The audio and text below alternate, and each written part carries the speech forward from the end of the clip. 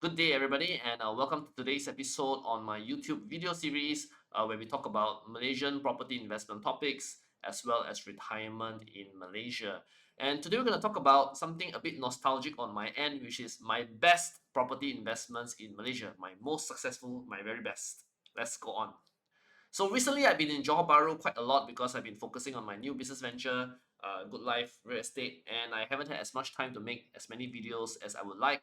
And today, I talk about a topic which I think is quite nostalgic. It came onto my Facebook feed, and it reminded me of my early years as a property investor. Now, as most of you may or may not know, I've been a property investor for a very very long time. I've bought and sold many properties, especially in Malaysia and Singapore. I did as well in the US for a little while, right? But I'm of course most known for my Malaysian property investments. Now, I this property that I first bought, right, that made which I consider one of my best property investments was actually this studio apartment, right? This was bought in 2007. So this studio apartment I bought 2007 in Kuala Lumpur, not very far from Bukit Bintang. Actually, it's considered Bukit Bintang Fringe, right? Not exactly on the Bukit Bintang main street, right? And I bought this studio apartment, 380 square feet for 168,000 ringgit, right? You can say, wow, 168,000 ringgit can buy.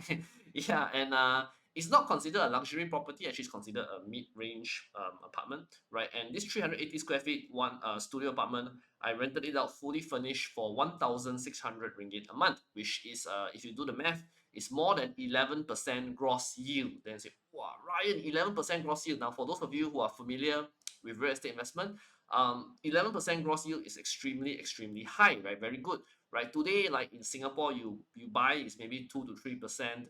In Malaysia, it's generally what, 3, 4, maybe 5% best case scenario. So to get something like 11% yield is like almost unheard of. But those days you could, right? And when I bought this property, I was quite surprised.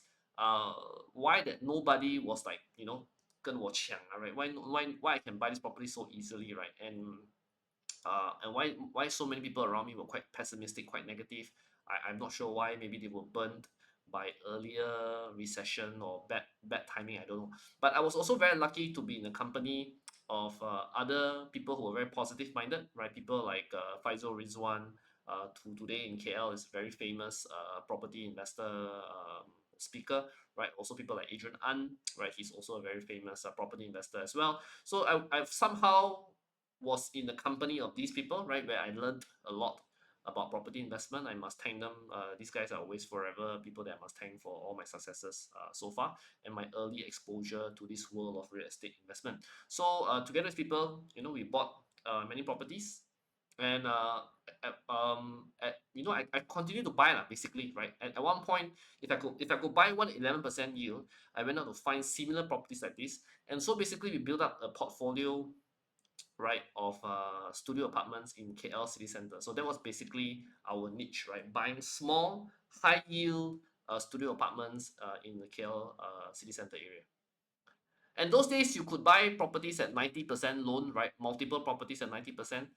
They were lesser regulation than today. So no things like ABSD, like in Singapore, all that, and stamp duties or loan restrictions. So I bought many. So basically, at one point, I built up the portfolio to like 15 properties, right?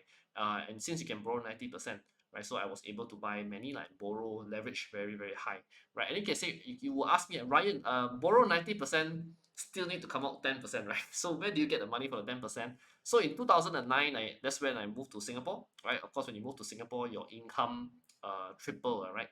Even in those days. So that was how one way I was also able to save money to buy properties in KL, to afford a 10% down payment.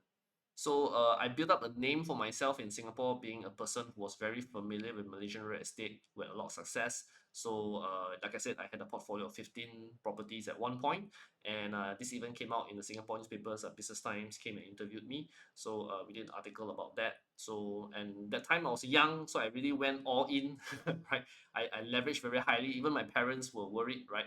But like I said, the properties all did very well, and that was my first pot of gold because I bet very heavily or invested very heavily into something which I knew very well from that first property purchase, which is 11% yield. So later on, when I bought all these properties, they were all like 11% yield, 10% yield. I think, and I've never bought anything below 9% at that point in time. So all the properties were very high yield and did very well. So these properties I actually mostly I sold it during 2013, 2014, which coincidentally was very good timing. That was like the peak of the last Malaysian property cycle. So I sold practically all of them during that period, right? So I cash out near the peak or at the peak, right? I took all the money and I reinvest some of it into Singapore property, right? And some of it I also reinvest into Johor Bahru property, right? And of course, looking back with hindsight, right, Singapore property definitely did very well, right? Johor Bahru property, some did okay, a lot did not do well, right? I think many of you know that if you bought JB, that time frame actually, the property market didn't do well thereafter. So I was also affected by many bad investments, which I'll probably cover in the later video. Right. So, but of course, Singapore did very well. I won't elaborate too much about the Singapore properties because, of course, Singapore, you everybody has a similar story. Like you guys probably understand the Singapore story quite well. So Singapore property definitely appreciate quite a fair bit. So the one thing that I'm trying to share is actually that you can make money investing in Malaysian property, right? Contrary to popular belief, right? I believe that anybody who bought properties in Malaysia prior to the year 2010, you're probably sitting on a profit today, right? So a lot of property investment also boils down to cycle, right? The timing that you buy. If you buy the bad timing, then of course the chances of you making money is low. If you buy good timing, you can make money, right? And of course, property selection is important, right? In Singapore, right, majority of property make money in Singapore, right? Whereas in many other countries, Malaysia, US, not necessarily every property will make money, right? So some properties will not make money. So it's important to have a good skill to select property when you're buying. Also, I believe today that Malaysia now, after a 10-year down cycle, right, we are at the start of a new upcycle already, right? Especially Johor Bahru, I believe, is at the cusp of a new upcycle, right? And there are a lot of signs pointing to that the property market in Malaysia will start to recover, right? Especially in Johor Bahru. So I hope that video was interesting and useful to you. In one of my next future videos, I'll probably also talk about my bad and worst investments I've had buying property in Malaysia, because I do have mistakes making buying property in Malaysia as well. So I'll probably share with that in a separate video. So thank you very much for watching today's video. I hope that was useful, that little bit of sharing from myself. If you find my YouTube content useful, do like, share, and subscribe. We try and create more content which is relevant, useful to you, to help you navigate your journey buying real estate in Malaysia or planning your retirement in Malaysia in the near future. So thank you very much, and bye bye.